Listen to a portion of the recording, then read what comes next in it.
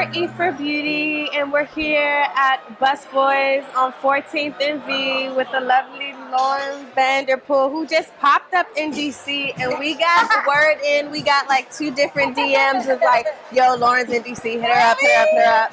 Lisa, and then you posted on, then we saw you coming Lisa. out. Shout out to Lisa, what's up, girl? Then we saw you coming out the water hole, and I'm like, yeah, definitely she's in DC. So when you said you were coming here to Busboys, we wanted to catch you. Well, Thank you. Yes. Thank you. So we prepared 3 questions that we wanted to ask you. Okay.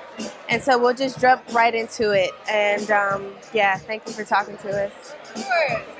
So you mentioned that you started the raw vegan path at 16. How did that impact you, and what made you want to stick to it? Well, it transformed my life, first and foremost. I was a young, my crew, we were called the Young Thug Visions. Okay, just to give you a little premise about where I come from, 19 Kennedy. And so it transformed me down to the cellular level. As you know, that's what raw foods does to the body. That's what eating plant medicine does to the system. And so it really helped me to shift my course. And activate who I am, naturally. It's we already are so magical. It's just the awareness, the activation of that makes it more real for us. It brings our attention and our awareness to that. So yeah, that's you asked me.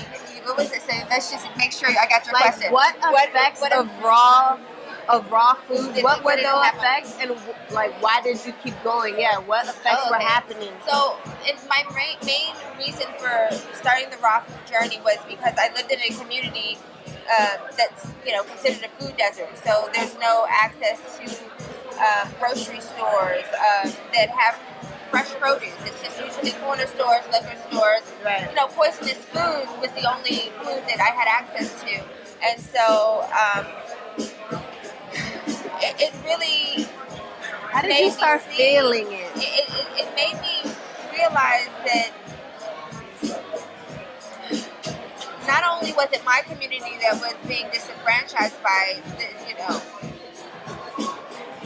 the circumstances, being bombarded with poisonous food, poisonous music, poisonous television. You're getting bombarded with poison from all directions. And it wasn't just here in DC, it's all around the world, And so I figured, well, if no one's going to step up and do anything about this, then I'm going to do that, And so that's why I started my business at 16, selling raw foods in front of Howard University, which is where I got my first millionaire client who actually had cancer. And I helped heal him of cancer within 6 months of me knowing him with just plant medicine, So my life was transformed in such a major way. In addition, this is just my life. I saw firsthand that by opening yourself to source, that we get to channel in the most powerful healing vibrational energy that can not only heal me but heal everything I touch. And so I can't even take ownership or credit. Oh, it's me. It's beyond me. It's beyond me. It's the allowing of God to come and channel through me, and also the awareness of how to heal yourself on a molecular level, which is through plant medicine, through the foods that you're eating and the air that you're breathing, being mindful of how deep we're breathing. What are the thoughts that we're holding constant in our mind? All of those things. So it kind of there was no way I was going to turn back. I felt so amazing. I felt like I was walking on air. I was just like, oh my God, this is amazing. Hotep queen. I was giving peace and love, So yeah. So it was making you feel like more optimistic, and then how did your body transform? Immediately. Everything transformed. I felt better. I looked better. I was overall just 100% better. How did it affect beauty? Well, first let me ask you how do you define beauty, and how do you feel that the diet incorporates into your beauty regimen? I believe beauty is from the inside out, obviously we can be beautiful, we're blessed with good genes, and beauty is can't be defined, actually. You know, it can't be defined because so many things are so beautiful for you. They might not be beautiful for me, and vice versa. So, you know, I can't really define that. But I would say that, you know, when you're eating foods that nourish you, nourish your body on a high level, you naturally feel better. You naturally look better. Everything in your energy is happy and beautiful and amazing.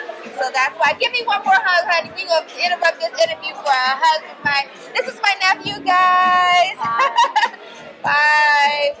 Bye, sweetie. Bye. Nice meeting you. Yeah, so. So, yeah.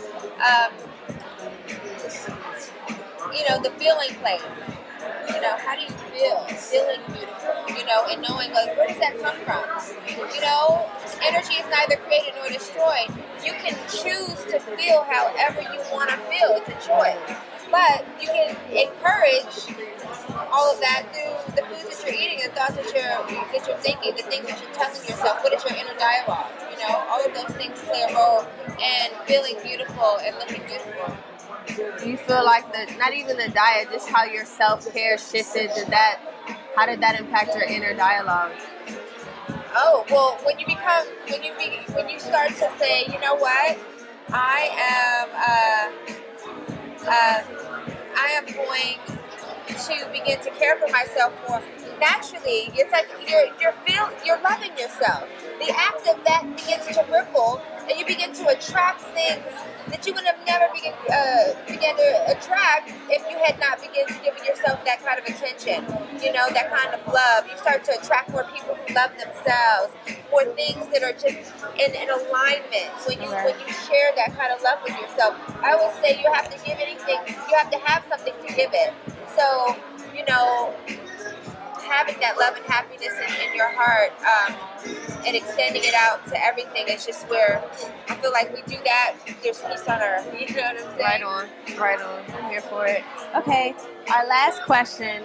Living in Hollywood, how do you feel that living foods impact artistry and the well-being of artists?